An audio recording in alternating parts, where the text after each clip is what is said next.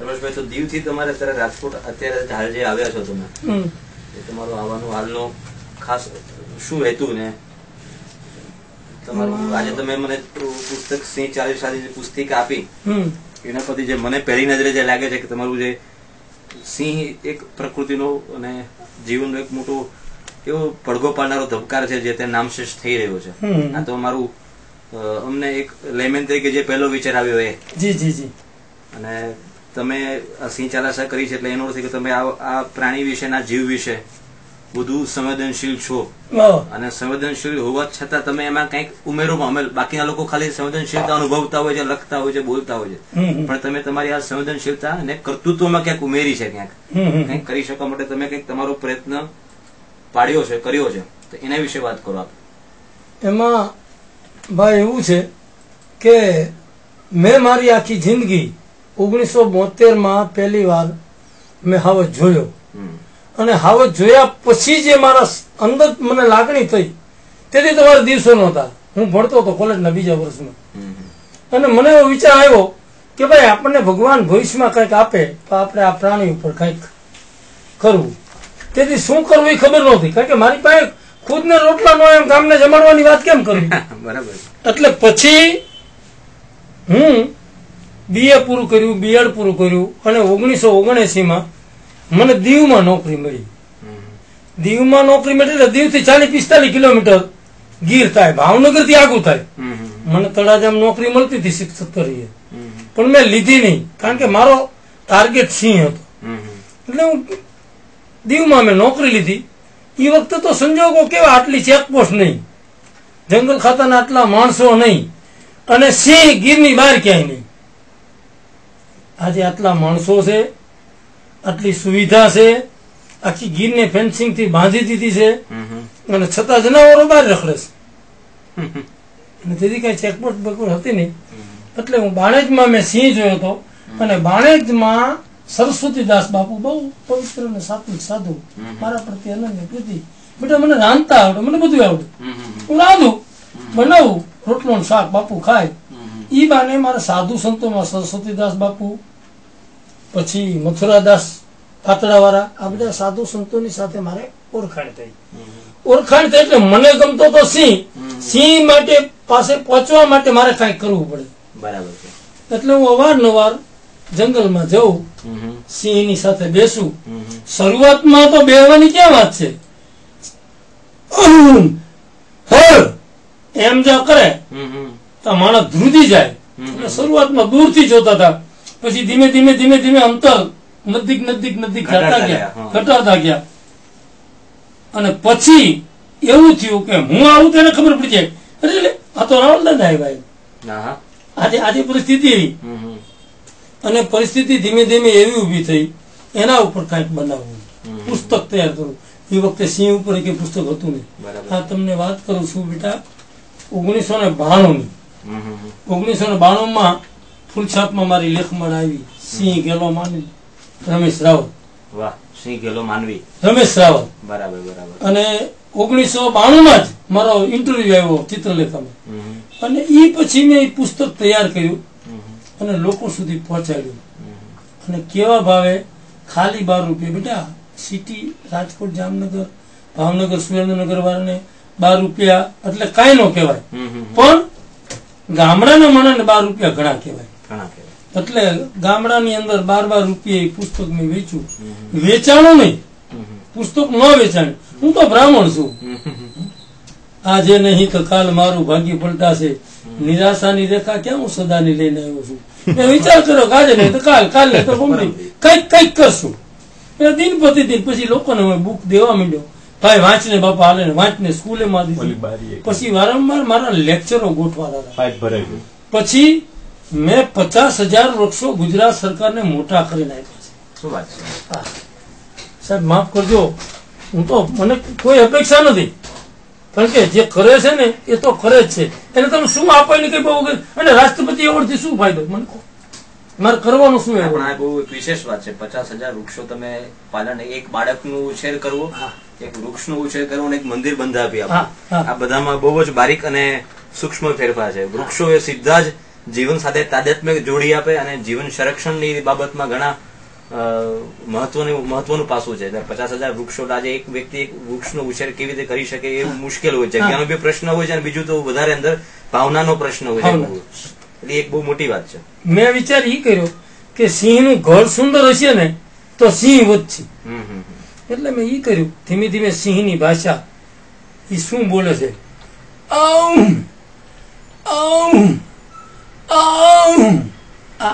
અવાજ શું કે છે? ઈ શું કે છે? ઈ શું કે છે? પછી એના બચ્ચા બોલે. સિંહ એના બચ્ચાને કેમ બોલાવે? ભૂખી હોય ત્યારે કેમ બોલે? ખાધેલી કેમ બોલે? ઉઠે ત્યારે કેમ બોલે? ઉઠીને ગર્જના કેમ કરે? પાણી પીધા પછી કેવું બોલે? અને માણસોને ડરાવવા કેવું બોલે? આ બધું ધીમે ધીમે શીખ્યો. પુસ્તક તૈયાર કર્યું, લોકોને આપ્યું, નિષ્ફળતા મળી, કોઈ પૈસા આપ્યા નહીં, બધા લઈ ગયા. આગવારું અરે રાવલ સાહેબ તમે તો બહુ મોટું કામ કર્યું, તમે તો બહુ તજજ્ઞ માણસ, અરે તમારા જેવું થાય દુનિયામાં, તમારા જેવું કોઈ કરી ન હોય. એ બધી લોકોએ વાતો કરી પણ કોઈએ કાંઈ કર્યું નહીં. છતાં મને છેલ્લે એમ થયું કે હજી કાંઈક કરવું. એ ગાળા દરમિયાન મારો સુરભીમાં ઇન્ટરવ્યુ આવ્યો, ટીવીમાં ઇન્ટરવ્યુ આવ્યો, લોકો મને જાણતા થયા. પછી છેલ્લે મેં હમણાં પછી સિંહ ચાલીસા બનાવી. અને સિંહ ચાલીસા બનાવવા માટે ઘણા બધા તજજ્ઞોને કીધું બેટા હેલી વાત નથી. સૃષ્ટિપુંજ સમદેહ ભયો ભયો સૌર્ય માર્તંડ સૃષ્ટિ સગડી સ્તબ્ધ ભઈ ભઈ તો ત્રાળ પ્રચંડ રક્ષક તું રેવતા ચનનો અને નિજ તવ ઉતુંગ સ્થાન. પછી સ્મરતા સૌર્ય ઉપજે જહી ઉપજાવે સોમાન. જય જય જય સિંહ સૌર્ય સહસ્ત્રા નિશિત દંત નખત્રાણય શસ્ત્રા કરભીર ગીર અદ્રિહી શોભે તુજ દર્શન સે ત્રિલોક શોભે. સૌરાષ્ટ્રે ગીરવસ્તો તું છે, શૌર્ય પ્રવાહ ઘસમસ્તો તું છે. કાયા કંચન ઓજસી શોભે નિરખત નિરખત મનડું મોહે. પંજામાં પંચશક્તિ બિરાજે. પંજો એટલે આમ, એમાં પંચશક્તિ બિરાજે. વનરાજ રાજ નહીં, વનરાજ વનરાજ બિરુદ એક જ છાજે. આંખ મીચે તો જોગી જોગંદર સંઘરી બેઠો શિવને અંદર. સમજણ એક ન ચાલે મારી કેસવાળી દિશે જટાતા. ગજબ ત્રાળ તબ ઘોર નિશાય. પડતી રાત થઈ હોય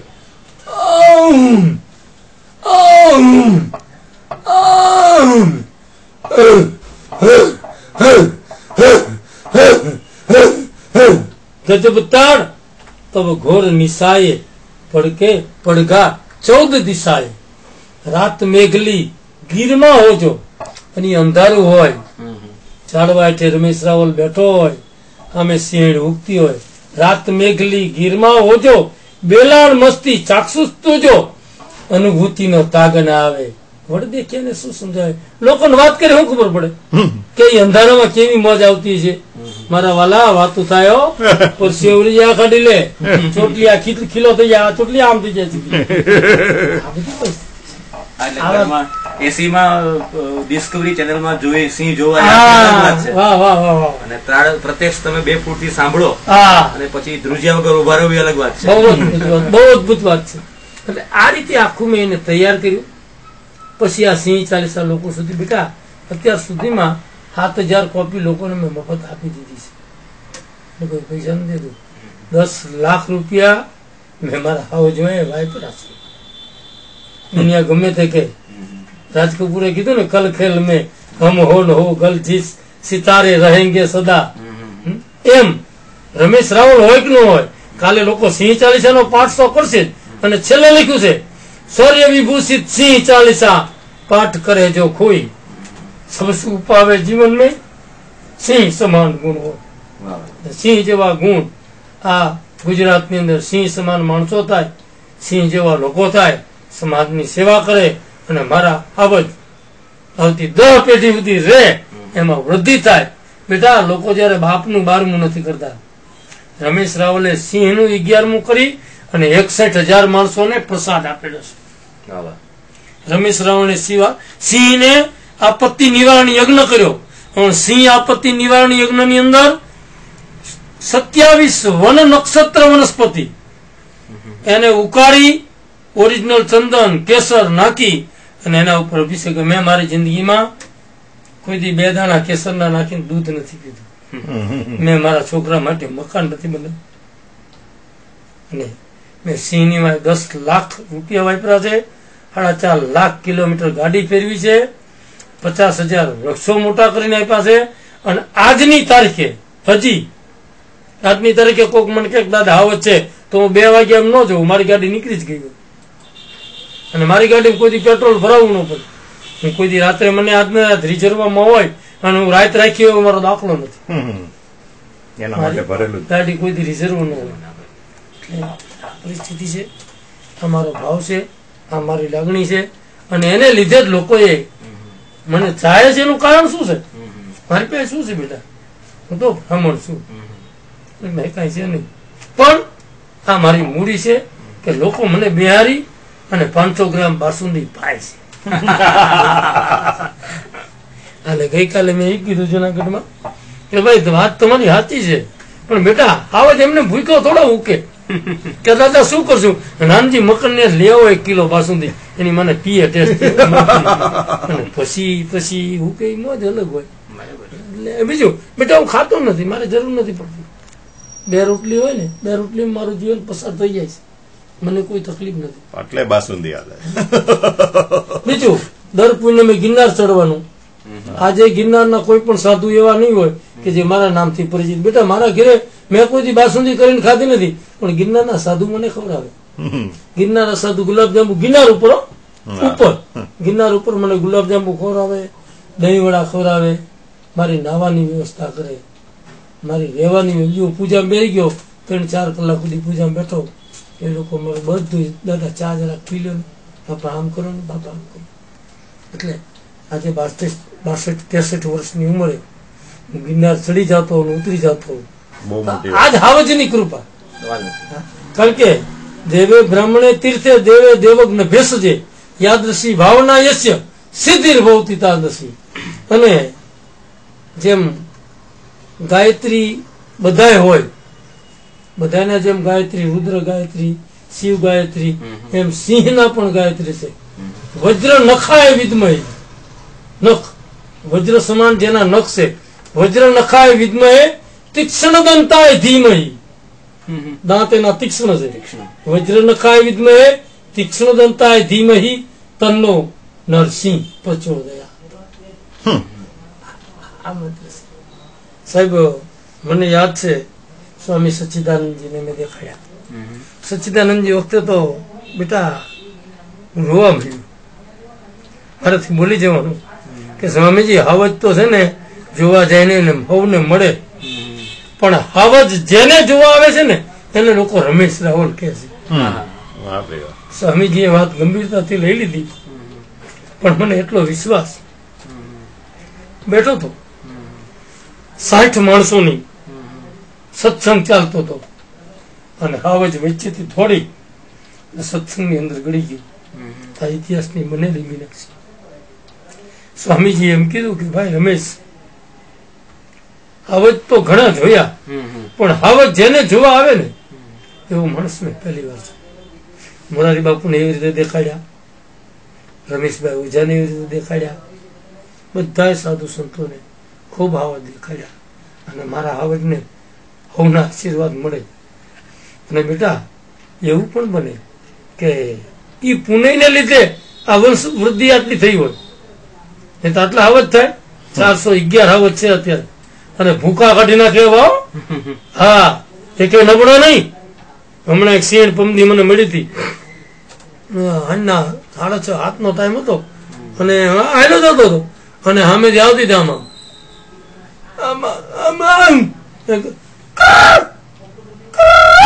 બુરી હાલ હાલ બેટા હાલ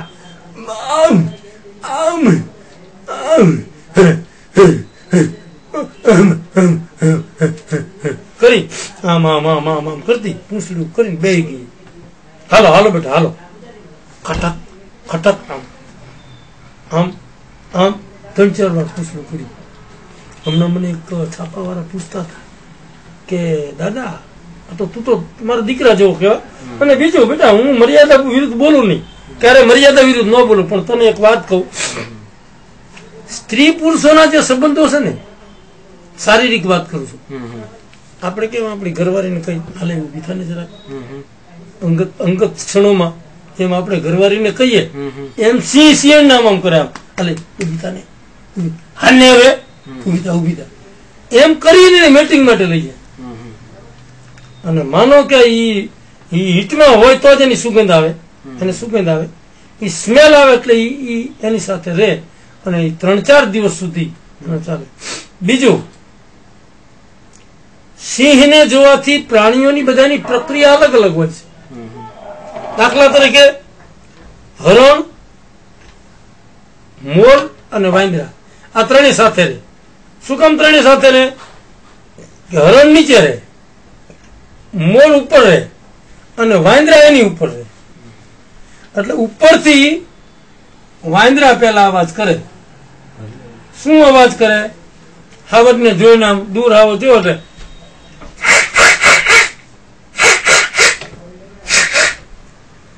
એમ અવાજ કરે. એમ અવાજ કરે એટલે મોર ને નીચે ખબર પડી જાય કે કઈક આવે છે. હવે આ જે અવાજ કરે ઈ અવાજમાં અને દીપડાને બોલાવે એ અવાજમાં પાછો ફેર હોય. દીપડાને જયારે બોલાવે ત્યારે એનો અવાજ જોર જોરથી કરે, કારણ કે દીપડો કલિંગ પ્રાણી છે, એ લુચ્ચું પ્રાણી છે, ગમે ત્યારે મારી દે. એટલે ઈ એનો અવાજ કરે એટલે મોર નીચે જોવે અને પછી મોર જોઈ આમ નજીક જોવે હાવજને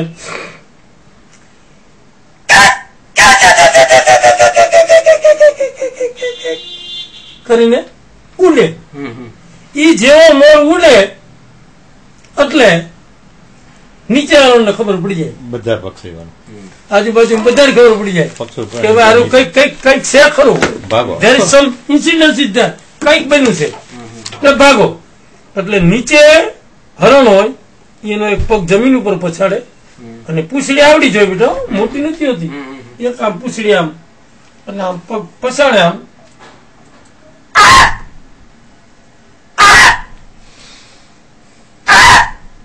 આમ અવાજ કરે એટલે આજુબાજુ બધાને ખબર પડી જાય. અને પછી જોવે કે સિંહ કઈ બાજુમાંથી આવે છે. આ એંગલ થી હાવજ આવતો હોય એટલે એ લોકો આ બાજુ ભાગવાનું કરે. પણ એ આ હાવજ આવતો હોય એટલે પેલા એ પાછળ જોવે, આમ એનો નર હોય એમાં પાછા બધા એમાં મુખ્ય માણસ તો ખરો, પટેલ તો બધા એમાં ખરો, પટેલ તો ખરો જ, પટેલ નક્કી કરે જ ફાઇનલ કરો. વાંદરામાં એવું, વાંદરો ઓલો મુખ્ય વાંદરો છે એ આમ જોવે તમારે આમ એટલે વાત પૂરી થઈ જાય. ઈ જોઈ અને પછી આમ પાછળ જોવે, પાછળ કોઈ છે નહીં ને, અને પછી ઈ ભાગે. એની માએ હાવ દોડી શકે નહીં. બેટા એક વખત એવું થયું, કોઠારીયા નેસમાં 7-8 છોકરા તારા જેવા નાના નાના બધા જુવાનડા ઉનાના મને કે દાદા હાવ જોવા. બેટા હાવજ નું રહેવા દે, આ જોવા જેવી વસ્તુ નથી, આ બધી ચડી ભીની થઈ જાય પછી ખબર પડે શું થયું, વાતું થાય. હાવ જોવા મળે પણ ચડી ભીની થાય તકલીફ. ના ના દાદા કે આજ તો આવું છે તો હાલો ગયા. હા મેં એક નર મૂકે 18 વર્ષની ઉંમરનો છે, કેસવાળી કાળી થઈ ગઈ હોય, દાંત ઉપર છારી વળી ગઈ હોય, આ બધા એના લક્ષણો. નકશે ઈ ઘસાઈ ગયેલા હોય, આ વૃદ્ધાવસ્થાના લક્ષણો. 19 વર્ષનો હોય છે અને 19 વર્ષનો હોય ને તો એની 38 મીટ થાય. એના અવાજ ઉપરથી એની ઉંમર નક્કી કરી શકાય. દાખલા તરીકે હું કે આમ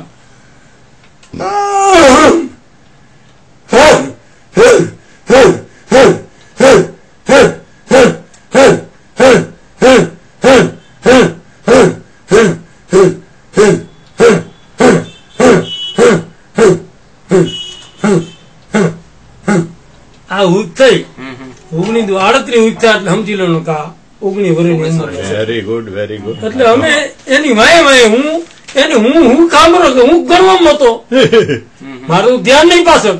અને ઓલા છોકરા બધા મારી યાર હાલ બેટા હાલ હાલો એ છોકરા ઓલો આગળ નહીં, આ છૂટા નહીં પડતા, સંધ્યા થઈ ગયેલી.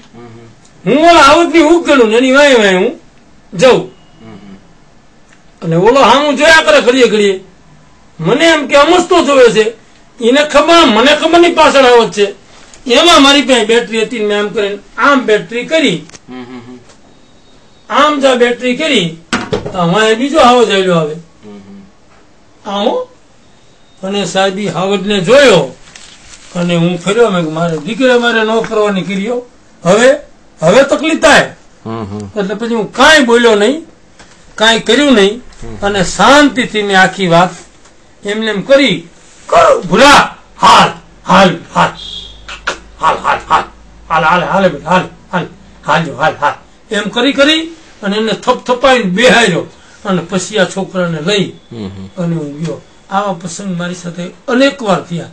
પણ પ્રેમ છે ને સાહેબ, એટલી પ્રેમ વાળા પાટું મારે ને એ મીઠી લાગે. આપણને ખંજવાળ આવે, આમ ખરીદ્યું થયું તો આમ ખંજવાળાને કેમ મજા આવે છે.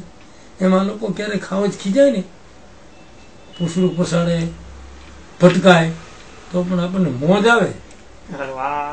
અદભુત કામ છે આ બધી.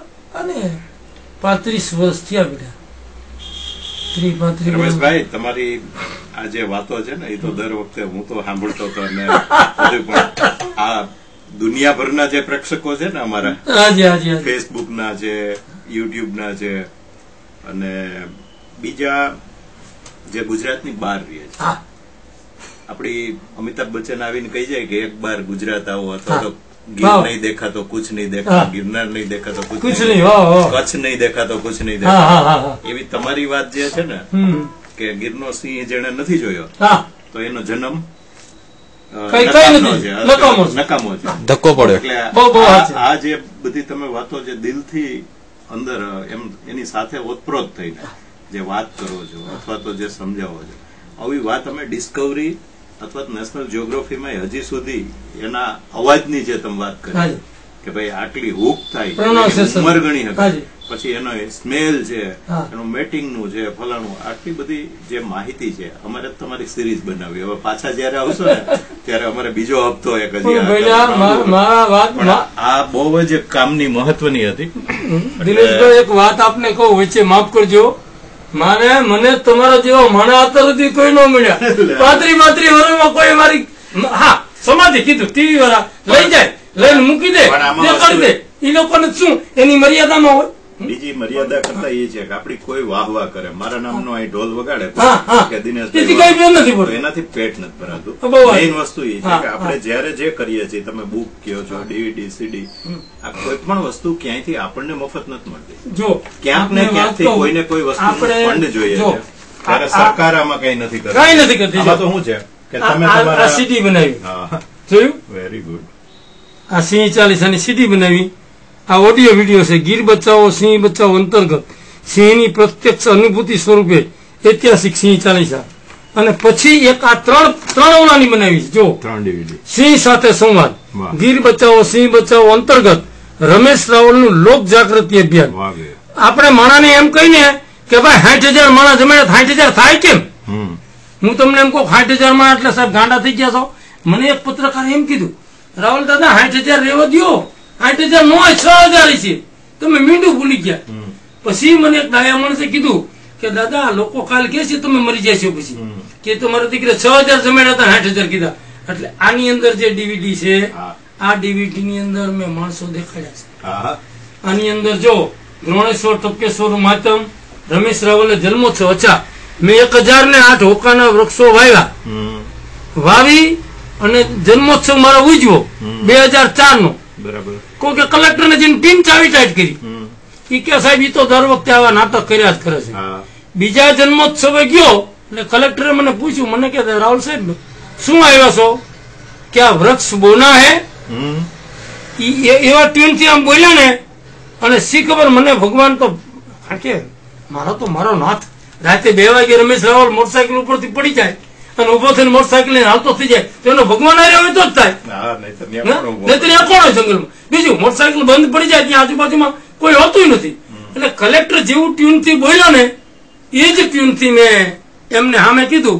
મેં કીધું સાહેબ વૃક્ષ નહીં બોના है, अगले साल जो हमने वृक्ष बोए थे उसका बीजांकुर निकला है, कन्याओं के द्वारा उनका पूजन करना है उनको रक्षा बांधनी है और उनका पूरे पूरा सब पूजन करके लड़कियों अपनी कन्याकुमारी कुमारिकाओं के हाथ से उसका पूजन करना। और आपने जो वृक्ष बोया था उसका पूजन आपने करना है।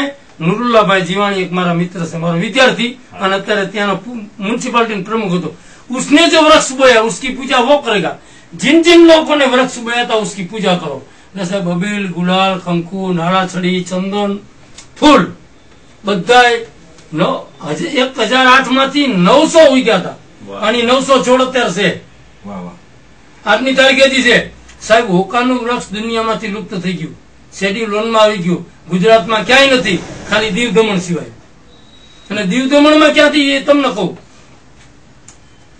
પારસી લોકો સંજાણ મંદિરે નથી ઉતર્યા, પારસી લોકો દીવના મંદિરે ઉતરેલા। અને પારસી લોકો ઈરાન થી જયારે આવ્યા ત્યારે એને લાકડા કેટલા જોવે, બરાબર, તમારો સમયની મર્યાદા તો છે નહીં। હવે ઈરાન થી હિન્દુસ્તાન પહોંચતા સમય કેટલો લાગે, કેટલા લાકડા, કારણ કે તો અગ્નિના પૂજક। હવે લાકડા કેટલા એને કેટલી મોટું લાકડા જોવે, એટલે એ લોકોએ હોકાના થપ્પા મારી ઓલા થેલા ભરી ભરીને એને થપ્પા મારી દીધા। એક હોકો 45 મિનિટ સુધી બળે, એટલે એ લાવેલા। હવે લાવ્યા તો વિદ્યાર્થી આના ક્યાં કાંઠે ઈ ઉગી ગયા। ઈ હોકાના વૃક્ષ શેડ્યુલ 1 માં આવ્યા છે અને એને રમેશ રાવલે 2004 ની અંદર પોતાના જન્મોત્સવ નિમિત્તે વાવ્યા હતા। અને સાહેબ એમાંથી આજની તારીખે પછી પાછા બીજે વર્ષે આ 900 તો હતા જ, પાછા બીજે વર્ષે મેં 1000 નાખ્યા। આજની તારીખે વૃક્ષો છે, દીવ સિવાય ક્યાંય જોવા નથી, ક્યાંય નથી, ક્યાંય નથી। બહુ સાચી વાત, સુંદર વૃક્ષ, બહુ સાચી વાત, બહુ સાચી વાત।